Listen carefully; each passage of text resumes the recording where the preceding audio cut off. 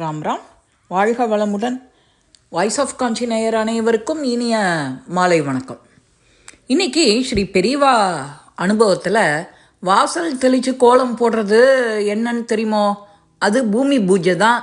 ஒரு முறை ஒரு கோடீஸ்வரர் குடும்பத்தோடு காஞ்சியில் ஸ்ரீ பெரியவாலை வணங்கிட்டோ தங்களோட குறைகள் நீங்கிறதுக்கு வழி வேணும் அப்படின்னு கேட்குறார். சில நிமிஷம் மௌனத்துக்கு பின்னாடி பெரியவா சொல்கிறா, அன்றாடமும் அதிகாலையில் வாசலில் நீர் தெளித்து கோலமிடுறது உண்டோ அப்படின்னு. பணக்கார குடும்பத்தினருக்கோ ஒரு நொடி சப்புன்னு போச்சு.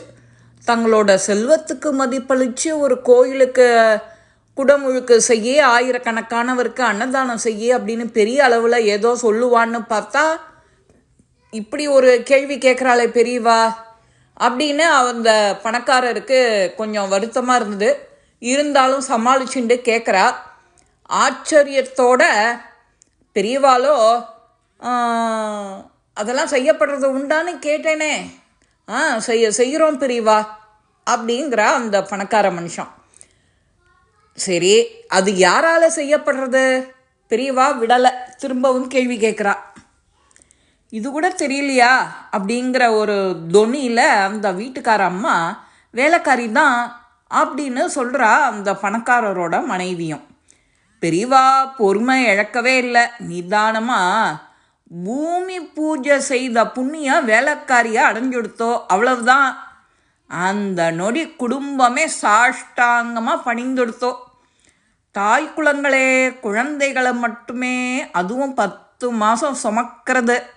பூமி தாயோ எல்லாத்தையும் எப்போதும் தாங்கின்னு இருக்கா இல்லையா? எனவே நாம் எல்லாருமே இந்த நம்ம குடும்பம் சிறக்கணும் அப்படின்னா பூமி பூஜையை தினமும் நாமளே செய்யணும் அப்படின்னு பெரியவா அவளுக்கு ஆசீர்வாதம் பண்ணுறா. அவளோட இல்லை, நமக்கும் சேர்த்து தான். மறக்காமல் தினமும் வீட்டின் வாசலில் வீட்டில் பெண்கள் தண்ணீர் தெளித்து கோலமிடும் பழக்கம் கொண்டு வரணும். அந்த பழக்கத்தை கடைபிடிச்சாதான் அந்த சந்தோஷம், அந்த நிம்மதி அந்த குடும்பத்துக்கு தானே தேடிட்டு வரும். இதைத்தான் பெரியவா சொல்கிறா. அவாவா வீட்டு வேலையை அவாவா செய்யணும். அந்த காலத்தில் வேலைக்காரிகள் வச்சுக்கிற பழக்கம் கிடையாது. ஏன்னா வீட்டு பெண்கள் வெளியில் போகிறதுக்கு வேலையே இல்லை. எல்லாம் குடும்பத்தை கவனிக்கிறது மட்டும்தான் ஒரே வேலை. அதனால் இந்த காலத்தை ஒட்டி பெரியவா சொல்லலை. இப்போவும் எல்லாரும் அப்பார்ட்மெண்ட்டு ஃப்ளாட்டுங்கிறதுனால ஒரு அங்கனம் அங்கேயும் ஸ்டிக்கரை ஒட்டிட்டு போய்ட்றா.